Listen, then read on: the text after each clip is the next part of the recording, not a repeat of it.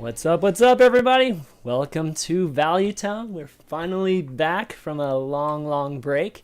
I'm ChanManV, and I'm joined today by three guys you know very, very well in the Hearthstone community. Got Mayor of Value Town Trump, Dragon Master himself, Brian Kibler, and a leader of Team Tempo Storm, and our resident salt expert, of course, Reynad. How's everybody doing today? Doing great. All right. Everybody have a good weekend? Labor Day? You guys do anything special? Well, my birthday was yesterday, and That's right. the federal government was nice to make it a national holiday, and I appreciate that. Nice. Yeah, my birthday was on Saturday too. I have the Labor Day holiday every once in a while too. It's nice. Definitely good.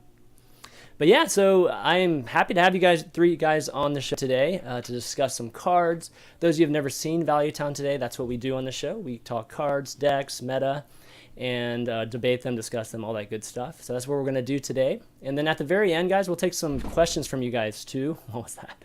And the questions we'll take are, well, I'll choose from basically the comments in the post on chanmanv.tv. I have a mod that's just like spamming it in the Twitch chat right now. We'll choose 5 at the end, so be sure to post your questions there, and we'll try to ask them. But kick things off, I figured we'd start by just getting general thoughts on TGT so far. It's been out about 2 weeks now, or just over 2 weeks now, and I want to just get your general opinions before we get dig deep into some more cards and decks. Trump, want to start us off? All right, well, to be as general as possible, I guess, it spawned a few new decks, like not that many, a few. It bolstered quite a few, and that's a good quick summary. Yeah, I mean, TGT it's been cool. I mean, there's a lot of stuff there that I think hasn't necessarily been fully explored. I think it'll take some time before people really have an opportunity to dig as deep into some sort of the more unusual cards than really the time that we've had so far. There's been a couple big events, but not really that many after a sort of long testing period, which is usually what people want before they really jump into something really new. Yeah, I mean, I think that we haven't seen, as far as like the top tier decks go, like if I were to play a tournament and I have to pick 3 decks, I'm not going to be playing very many TGT cards, and that's not because the set isn't great. It's just because the TGT cards were like so niche and have to be played in these specific archetypes. They do take a lot of time to refine. So, like when BlackRock came out, there were Grim Patron decks for the first month, but they were all pretty awful. There was 1 or 2 guys taking it to like top 10 because they figured out like Warsong Commander first, but it took like a month and a half or something before that deck really became like polished enough to the point of being the best deck in the game. So I think it's going to be kind of the same thing with TGT, where we have to wait and see how certain cards fit into certain decks, and right now people are just kind of going with the safe bet because the decks that are popular right now, things like Patron and Handlock, they've been around for months or years, and they've been polished so much that they're going to just be naturally favored against the newer strategies, because the newer strategies are playing suboptimal cards right now. So it's going to take some time to weed those out, and then I think we'll start seeing more and more TGT cards as the expansion's out. What are your thoughts on the Inspire mechanic so far, or general thoughts? I don't like it. Go ahead. No, you first. I don't really know what I was saying. I think Inspire is pretty cool as a constructed mechanic. I think that it's when you're playing in a format where there's reasonably efficient removal and reasonably fast decks that can overpower people who are trying to do slower things. It's interesting to because it encourages a different style of gameplay. I actually kind of hate it in Arena. Because it can snowball games just massively. Like a lot of the good Inspire cards just make it impossible to ever come back. Like things like the Veldir or whatever, and Kodo Rider. Like those are the sort of thing that it just buries you under advantage every single turn. Yeah, for constructed, I think some cards are very strong, like Murloc Knight, but even those aren't seeing play because like the Mysterious Challenger Paladin deck is just so strong right now. And I think it's just because it's kind of like a new format every time an expansion comes out. And when it's a new expansion just coming out and it is a new format, then the linear strategies do a lot better than they do later in the metagame. So things like Mysterious Challenger just being like a proactive deck that plays good stuff and secrets makes it happen to match up well against a deck that is going to need more specific one-ofs, more polish, like slower mid-rangey paladin. So I don't know, like there isn't really an Inspire card right now that I would say is like exceptional. Off the top of my head, Murloc Knight seems like the best. The Yeah. Priest one's actually really good too. But the yeah, I don't know. I think it's just gonna take time for those mid-range decks to kind of come in. Trump? Yeah, pretty much. I actually kind of like Inspire in Arena the most. I feel like where the Grand Tournament shined was in the Arena. I think it's a little bit cool that they set it up so that the Grand Tournament cards show up more in Arena, so you see the cards more often. And cards are, for the most part, all really good in Arena. In Constructed, the Inspired, as many people predicted, does turn out to be a bit too slow. So not that many cards are getting their chance. Some people expected Inspire decks to be a thing, but it's just really tough to chain all of those to stick on the board. And I don't think any top constructed player really considered that to be a deck. That's okay, though. The Inspire mechanic is fine to not just be in a deck with an Inspire theme. It can just be like Battle Cry, where you just put in the better Inspire cards. And it's a fine mechanic, and I kind of hope to see it more later.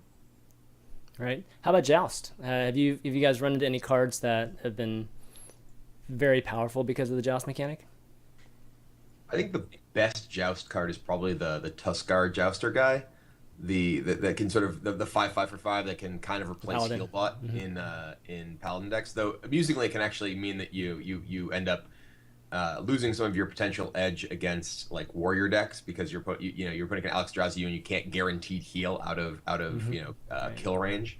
But I do think that Joust is interesting because of the way that it influences deck building, and it also is like like something like Tuskar Jouster is a card that where you really want the life gain is usually against an aggressive deck where your deck is most likely going to win jousts. And like having to think about, okay, well, do I want to play zombie chows or maybe other things at the low drops that aren't necessarily minions because I want to be more likely to win jousts. There's kind of interesting dynamic there.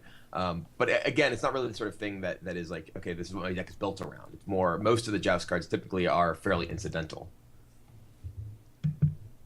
Yeah, I think that for the most part, the Joust mechanic's been pretty underwhelming so far, and a big part of it is inconsistency. Like, if I'm going to dedicate a slot in my deck to being good against aggro, I need to make sure that it's good against aggro. So, like, a lot of times, I'd prefer to play a heal bot over the Tuskar Jouster because, like, the 25% of the time that I'm not going to gain the life against a mid-range hunter deck is going to lose me the game. So the +2/+2 stats sometimes don't make up for it. So it's interesting. Like, I don't know what it would take for the Joust cards to be like common in the metagame, but they would probably have to be like so swingy that they're just too volatile and people would complain about the RNG too much. I think if Tuskar Jouster gained you like 14 life, at that point it's probably better than Healbot, and I would play it over it every time. But right now it's like it just depends. If you're playing ladder at a high level and you're trying to grind like 300 games or something, I'm gonna lean towards consistency a lot of the time and prefer to play cards like Healbot. But yeah, it's not set in stone yet. Some of the I think the best Joust card is probably the Beast one, the 3/2 King Zealot. The just because it goes into a hunter deck. Oh, sure, that one, yeah. Tuskar Jouster, it's not a card we're gonna see a lot of because like the more aggressive Paladin decks are they're linear. They're gonna be better right now in the metagame. So you're gonna see a lot more Mysterious Challenger and Argent Squire type of aggressive lists rather than the Tuskar Jouster slower ones. So yeah. I mean, pretty much those two cards exactly, and Healing Wave, the Shaman one, are the only Joust cards being played, and that's because the base effect is actually reasonable and the added effect is nice. So I think the Joust cards were, for the most part, balanced around the base effect being like bad and the good effect being only slightly better. So that's why they're not seen that much right now. Okay. Well, it's definitely great to start off with just kind of some of these general thoughts with some of the mechanics that we're seeing in TGT, but let's get into some cards. And this segment, I'm introducing a new segment to Value Town, which I'm calling Gimmick or Golden.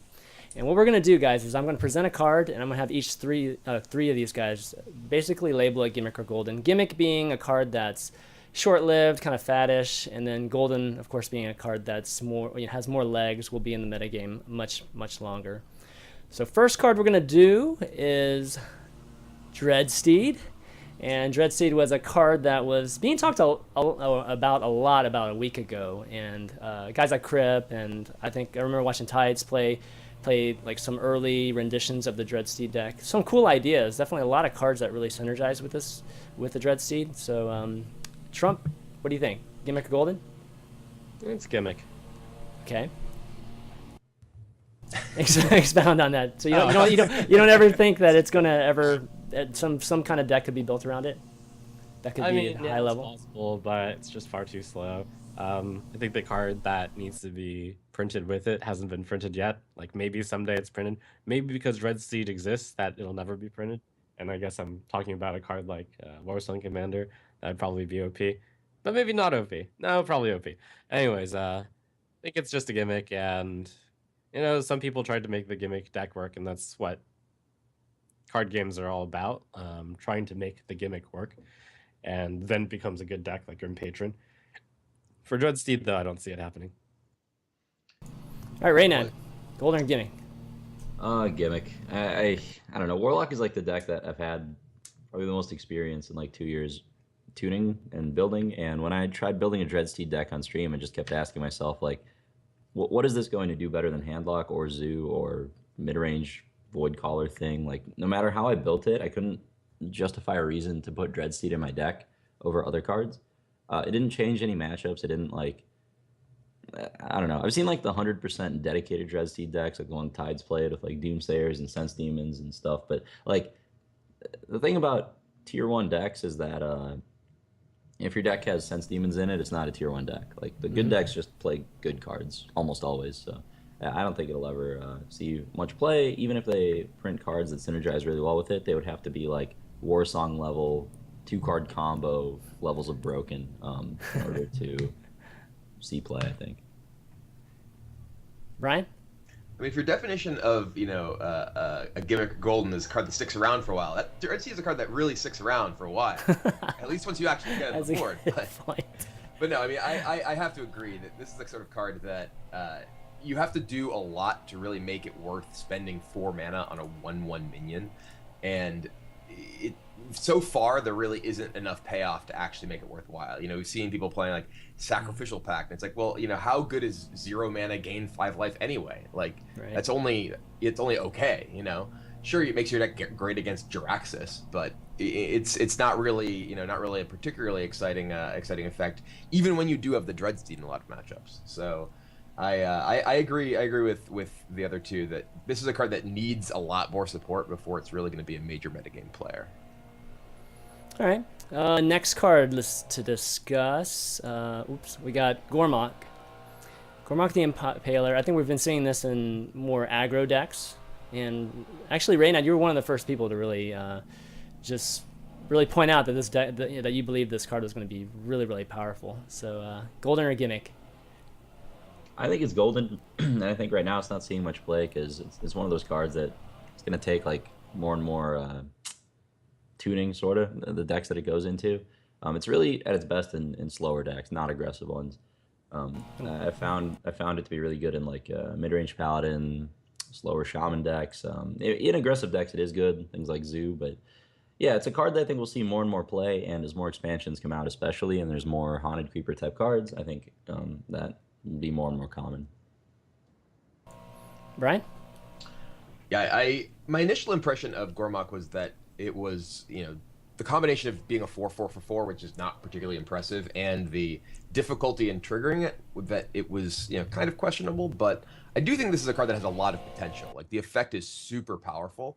I think that, for instance, Blackwing Corruptor is basically the reason you play Dragon decks, and this is kind of like a 4-cost, Blackwing Corruptor / Fire Elemental that even does more damage. So it's totally worth the sort of price of admission, whether it's Implosion or Muster or whatever else you need to get together to actually make it work.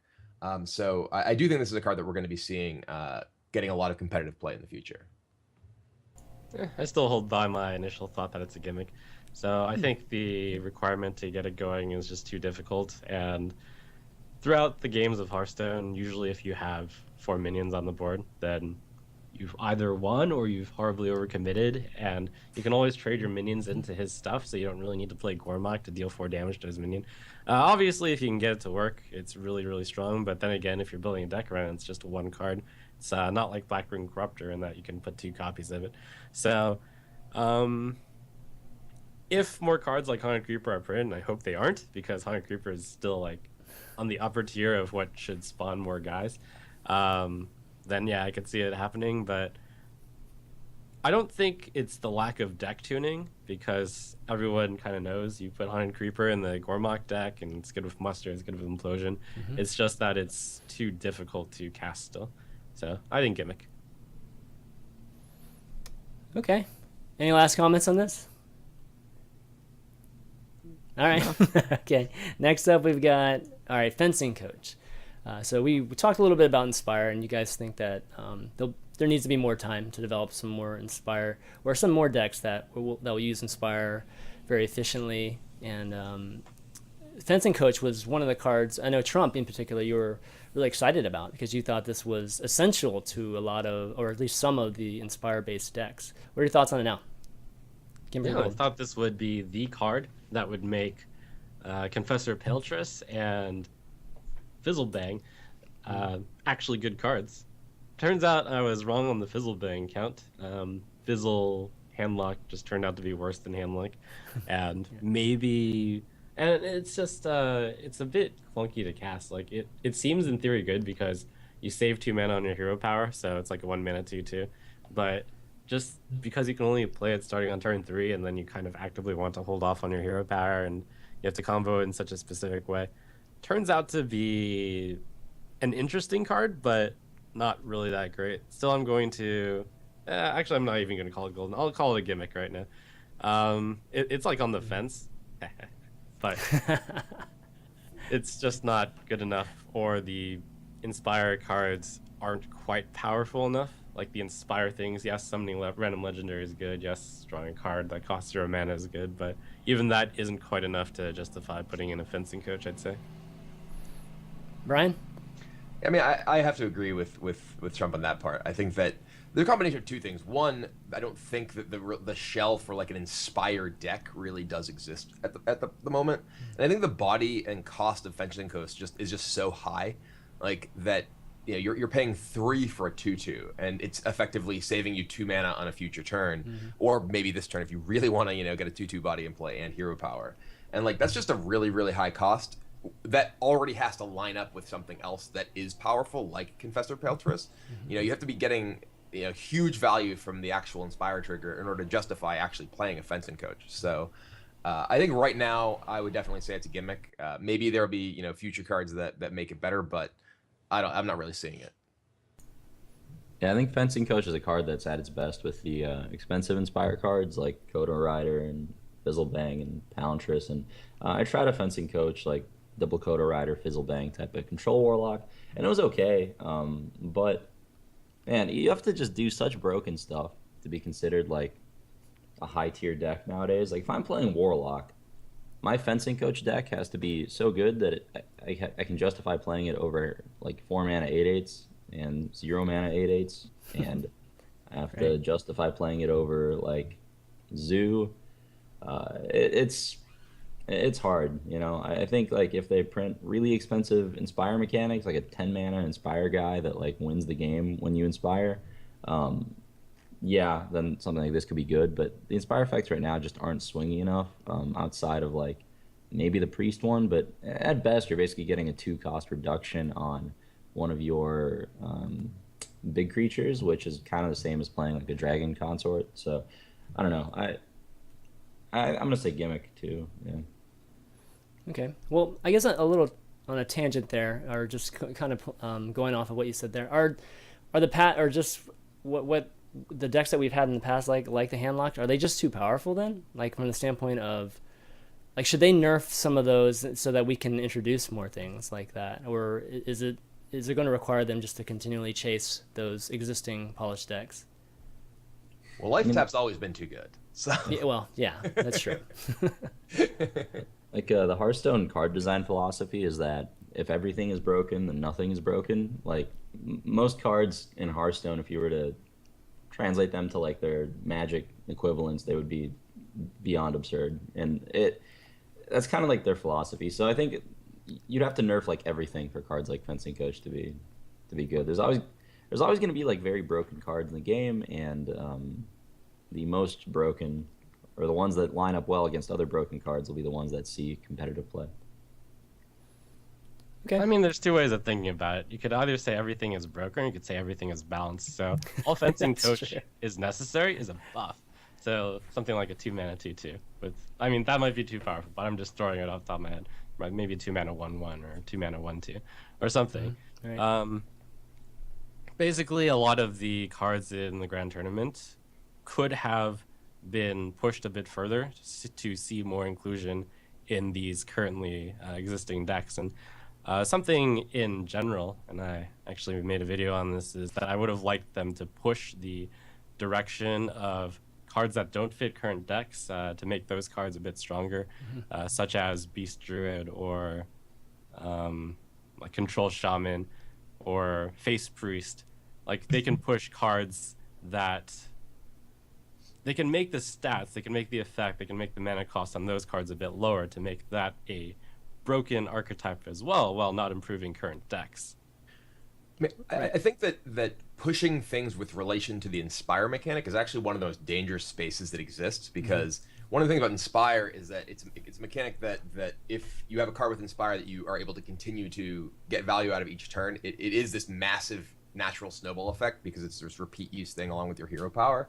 And I think that hero powers are one of the things that are kind of the pillars of the development of Hearthstone. We were just talking about how powerful and game defining life tap is. And if you have all these things which just basically create the same sort of game state over and over because you're able to use these repeatable Inspire things, it's just a dangerous place for things to be good. That's basically what I'm going for here. Okay.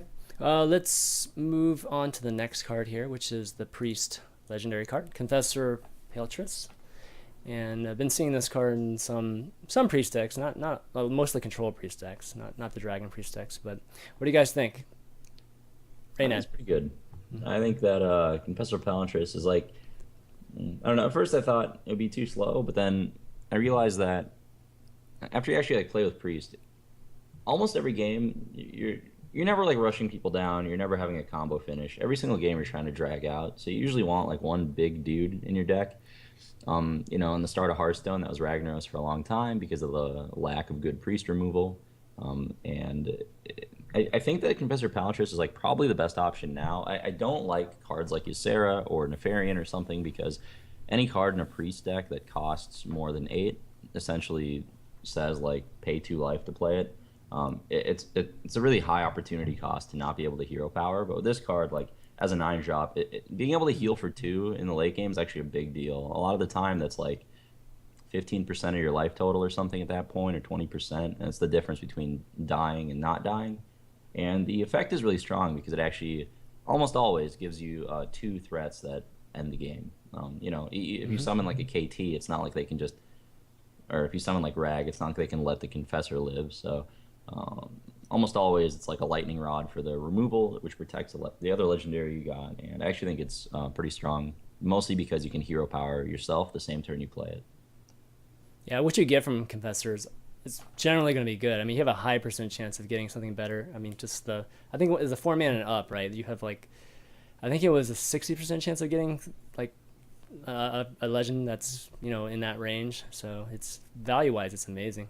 Brian, what do you think? Interestingly, the summon a random legendary got worse with this set, because there's actually significantly more low-cost legendaries like the Bane Sisters and Gormok and things like that. Yep. But I do think this card is very strong. I think that for a control style of priest deck, it's exactly the kind of card that you want to basically be able to actually close out games. And one of the problems that sometimes priest decks can suffer from playing against other control decks is that you actually just kind of, because your hero power doesn't actually generate any sort of value, like against like Paladin or against Control Warrior, where that you're dealing with a ton of removal, you can pretty easily run out of threats. That's one of the reasons that I think that Mind Control and Thoughtsteal were like really popular cards in Control Priest for a long time. Even though I don't think either of them is great, it's not particularly efficient at what you want to be doing in many cases. But Paletris, being able to present not only like 2 threats that have to be dealt with, but one of them that has to be dealt with right now in the late game against other control decks is just really, really powerful. And if you can protect it with like Sludge Belchers or whatever else and get a second activation, it's almost unbeatable. Yeah, I think that's true enough. I actually really liked what Reynad had to say about the Paletris. It's true that the opportunity cost to play against Sarah is pretty high, the 2 life, but still, Confessor Paletris isn't popular right now, or isn't even being played. I actually have not had Paletris played against me so far. Being played a lot, actually. All the top 5 priest lists, which there are a lot of on Asia, China servers right now, all play Paletris, every single one. I mean, most of the priest decks that I see now are dragon priest decks, and you can only afford to have so many high cost cards in your deck, and the dragon decks generally have dragons in those slots. But I definitely, this is like the win condition that I want to be playing in my sort of non-dragon control priest shells. I didn't mean to cut you off, Trump. Sorry. I just like all the dragon priest lists right now, like as of a couple days ago, that are top 5 ranked. They all cut Ysera for this thing. Every single one. That's a big surprise to me, considering how Ysera is both a big threat and a dragon. Well, I mean, I was going to say, despite that, I do think it is a really good option for control priests, and probably for especially non-dragon control priests. I feel like dragon control priests would just run Ysera, but hey, maybe I missed the boat on this one. So that's cool. I look forward to seeing how it works. It's definitely a fun card for just to see what comes out of Paletris each time, So it'll be cool to see it more in competitive play. All right, next up we got Chillmaw, which, speaking of dragon, this card's been in many of the dragon decks, and wanted to see what you guys think. Brian, you want to start off? Chillmaw's great. I crafted a golden Chillmaw like day 1, and then opened another one yesterday. Why doesn't that surprise me? It's a sign. No, I actually think Chillmaw's very, very good. I kind of had some doubts as to how good it was at actually, in a lot of matchups, defending you from your opponent being able to kill you. It's a big taunt, but it's been very, very effective. One of the things that's very powerful about Chillmaw is it can actually stop the giant burst lethal kills from patron decks. Toward the end game, if you're at a sufficient life total, your opponent needs to get like a frothing and multiple whirlwind effects off. And if you're able to play Chillmaw, they have to, actually get through the Chillmaw, which means that they can't patron or can't frothing and whirlwind, or else their frothing dies. So it also actually can defend you against Force Roar, because it can kill all of the stuff that comes out of Force of Nature as well. So it's been very, very effective in my gameplay with it. It's also just a dragon, so that makes it inherently more sweet. Trump? Yeah, I actually didn't think much about the card at first, just because I figured, you can just execute it or something first. But it turns out that in order to get the 1 damage on, you usually need to start with like getting the patrons out or whatnot. Or, I think it's generally okay. I don't think it's amazing, but yeah, we can put it in the good category. All right, cool. I think that like Chillmaw's not particularly impressive at what it does, but like the difference between 7, 8, and 9 mana is so high that any defensive effect they happen to put on this would make it an auto include in just about every single dragon deck. So like building dragon deck is like, okay, I put in my 4 mana 3/6s, I put in Chillmaw, I put in Corruptors, Technicians, all this stuff, and if I'm Warlock, I play Twilight Drake. If I'm like Priest, I play Whelp and Wormrust Agent. It's pretty simple deck building, more or less, and Chillmaw's kind of an auto include in all of those decks. Which is not to say that it's bad. It's definitely like a good effect. But I feel like a 7 mana dragon that with like reasonable stats could have done almost anything and have been included, especially if it's defensive. If it just had like taunt and did something. So yeah, I don't think that. I just noticed something that wasn't on this list, and I'd like to go to it next. Speaking of 7 mana cards that are auto includes in decks, which are control. Let's talk about Eodric the Pure. You go first, Reynad. Edric, wow. Yeah, it's All a right, good card. I've definitely lost games to it. Very strong against every dragon deck. Good against handlock. Good against pretty much anything that's playing a fair game. And like it's the same thing as Tuskar Jouster. Like the best paladin deck, best right now is Mysterious Challenger. So you're not going to see Murloc Knight, as absurd as that card is. You're not going to see Aedric. You're not going to see half the paladin decks you play against don't see Tyrion, and nobody's going to call Tyrion a bad card. So I think that not seeing Aedric right now is a ridiculous argument for calling the card bad, because you're not going to see anything but Mysterious Challenger. Because why would you play anything but the best version of the class if you're your average scumbag ladder player? Okay. Yeah, I actually think I think it's very important. A lot of people in the Hearthstone community seem to have this notion that if a card isn't seeing like play in any particular given metagame, that it's a bad card, and that's just kind of outrageous. Like there are certain cards that in the appropriate context are like super powerful, but don't necessarily exist in that context in the current metagame. Like I think that one of the best examples is Rend. I have a particular affinity for Rend that people who watch my stream know. But I think that card is outrageously powerful, but it's just a matter of context. Like if you're playing in a metagame that has a lot of Control Warrior and other sort of late game legendary laden decks like Druid or whatever else, even against like Freeze Mage, that is still a very, very powerful card. But if the format is a bunch of Hunter decks and a bunch of Secret Paladin decks, it's like, yeah, that's not a good card. So it's important to recognize the quality of any card in Hearthstone is very contextual, and a card can be very, very good and still see absolutely no play because of the state of the metagame. That's a good Well point. said. Trump, so you brought up Aedric, so what are your thoughts on it? My thoughts on it are actually completely opposite. I don't think it's a good card even in a control metagame. I think that if it were a better card, then it would push the control paladin to be a bigger presence. Well, I can appreciate the thought of there are some cards that are good which aren't being played just because of the metagame. Like I can understand that, because suppose, let's say that the metagame were all like the Secret Paladin and Hunters, then even though Handlock is a pretty good deck, you might not play it because 4 mana 8/8s just aren't good enough. You play the 4 mana 8/8, you die on turn 5. That said, though, I think that the card itself, yeah, you can only put in one copy, but it is just too slow still, and the stats are too weak. And just because there will always be some percentage of aggressive-ish decks, it's not going to find a spot. Yeah, that sums it up pretty well. I was hoping we could have some more Kodo targets after using Aedric, but yeah, it's way, way too slow. All right, next up we got Aviana. All right, let me bring up Aviana real quick. This is the Druid card that some people have been experimenting with in Ramp Druids. If they're not playing the mid-range Druid or the token Druid these days. What do you think about this card? Trump, you want to start off? Sure. I saw Savitz playing an Astral Communion deck on stream. Yes. It was pretty fun. Yeah. It was really bad, as it turns out. And he actually put Aviana in the deck, which I disagreed with, because if you're going to Astral Communion, then you probably don't want Aviana anyways. Aviana had like a few possibilities, and there's a cool design. I do like the card being printed. It shows a little bit of risk-taking from the Blizzard side, and someday, like, some combo will come up. In fact, right now, it's already possible. You do Aviana, Malagos, Faceless, Innervate, Moonfire. That's apparently the kill combo right now, but it's just not consistent sick. enough. It's no good.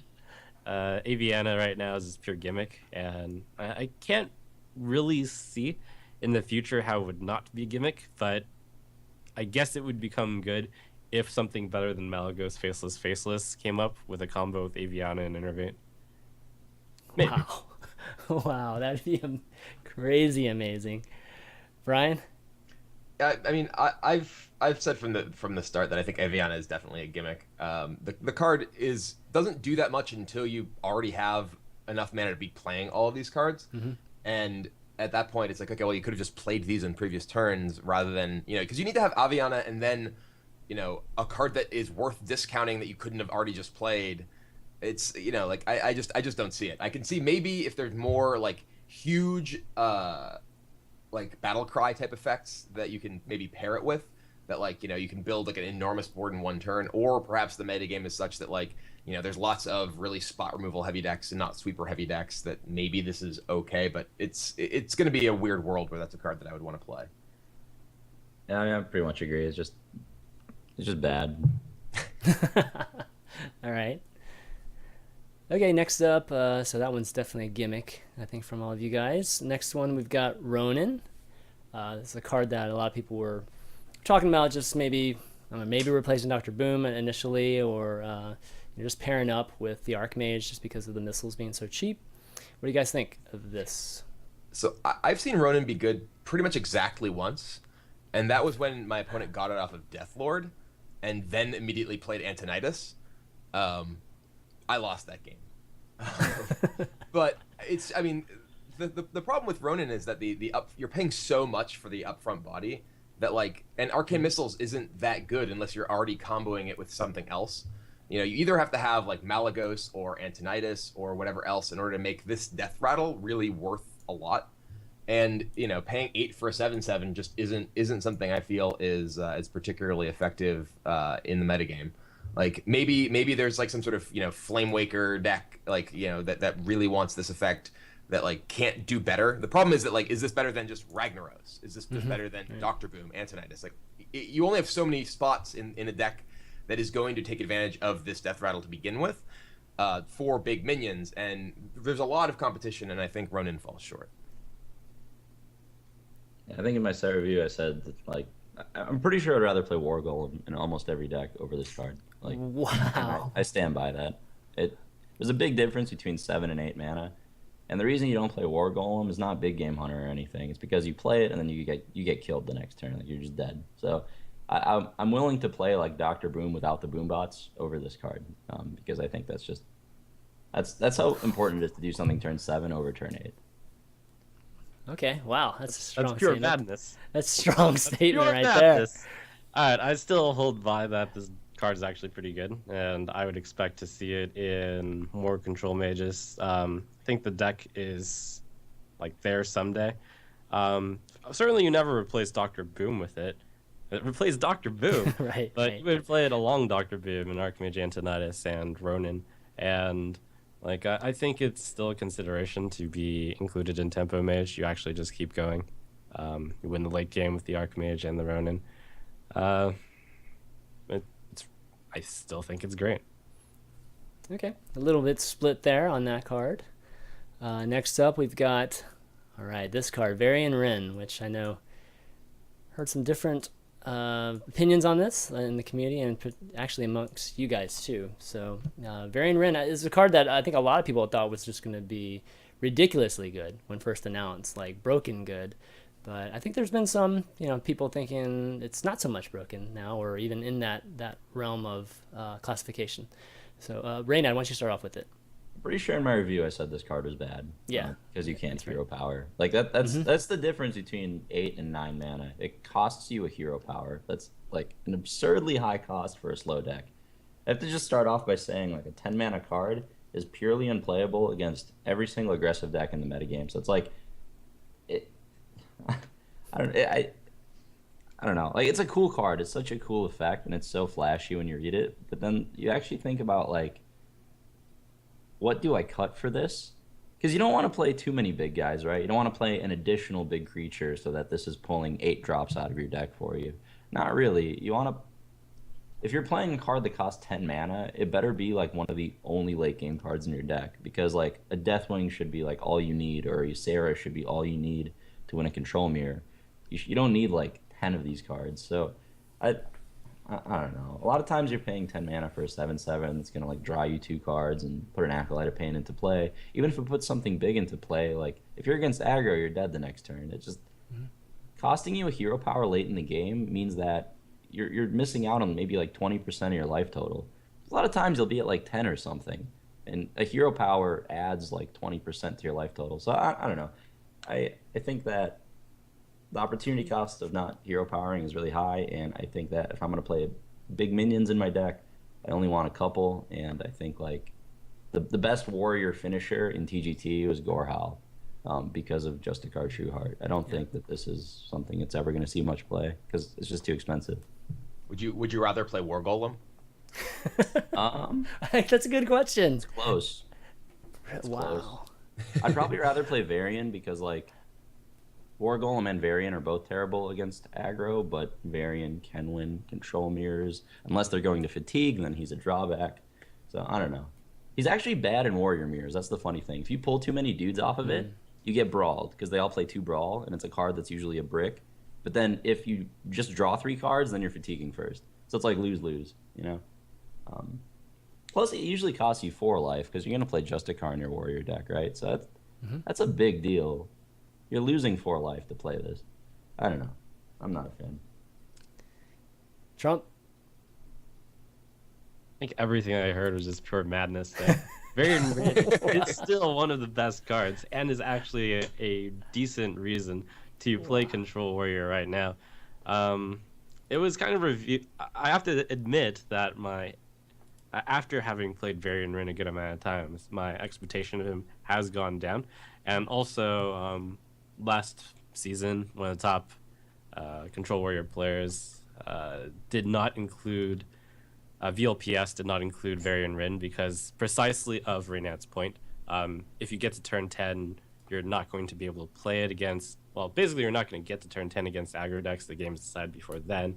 And against certain decks, like even the Control Warrior Mirror, it's not good because you overextend onto the board, you fatigue faster. But I think despite that, Varian Rin is actually still very good. Just because, and I don't put as much stock in something like 7 mana versus 10 mana. I think most of the reason why 7 mana versus 10 mana matters is because you can play the 7 mana card on turn 7. Not that you can play it on turn 9 and hero power. But Varian Rin, it's very much like an Ancient of Lore. You actually just win the control matchup with it. Having played Control Warrior for a very long time, I've always been so jelly of the druids with Ancient of Lore, but now we've got Varian Rin, and couldn't be happier. It is a very flashy effect, and it is very powerful. I don't think you... yes, you do need to cut a card for it, and it's pretty difficult in Control Warrior. I don't think you cut a big card for it. I think you just get bigger, and you win more control matchups. And yes, you lose slightly more aggro matchups, but you can balance your deck a bit to hold that off, perhaps. Okay, Brian, they're split on that one. How about you? I think the card is very powerful. It's another card that I think is contextual. Like, I think this is a card that you want in your deck if you expect to play against a significant number of other control decks. If you think that the metagame is very fast and you're going to play against primarily aggressive decks, probably don't want a 10-mana card in your deck, unless it is gaining you 1,000,000 life or something like that. But I do think that one of the things about Varian that is unlike a lot of other cards is it can present sort of an insurmountable board state with a single turn. Like I've been unbelievably ahead playing like, say, Control Mage or Control Priest against Control Warrior, and then my opponent plays Varian and suddenly they have like 20 power in play, and I went from a board state where I couldn't possibly lose to one that I couldn't possibly win. And that's something that no other card in the game does right now, and I think that's a really big deal. It's not just that it's providing you with a bunch of value; it's that it's providing you with value that can sometimes generate into this enormous board presence. Is that a good thing?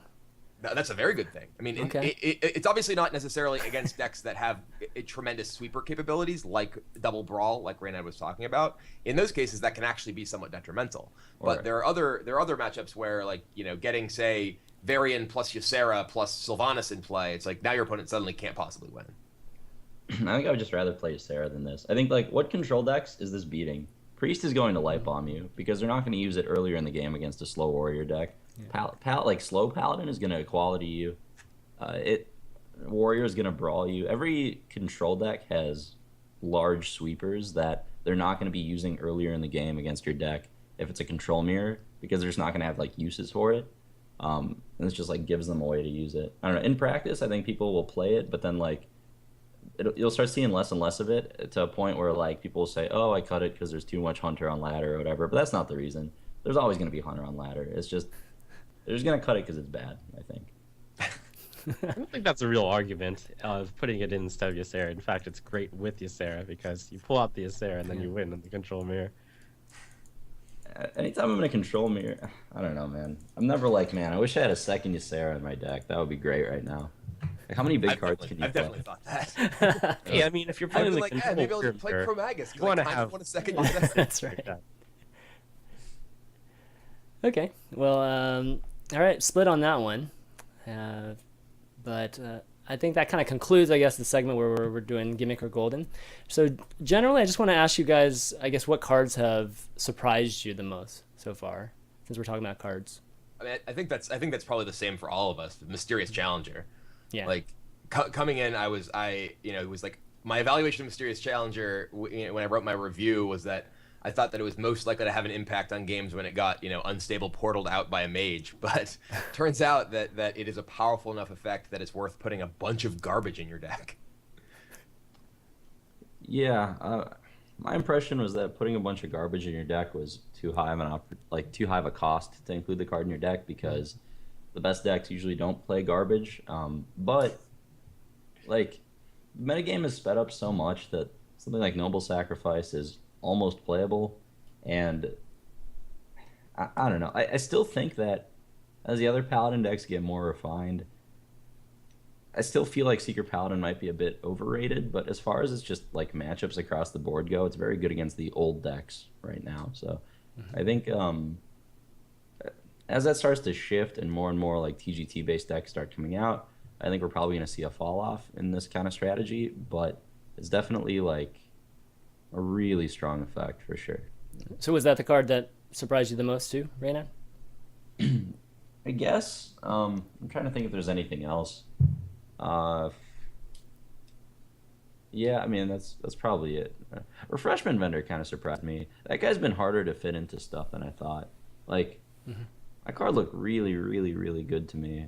But then it has like the same problem that all of those cards for control decks do, which is that the only comeback mechanic because of the structure of Hearthstone is to burst your opponent for 14.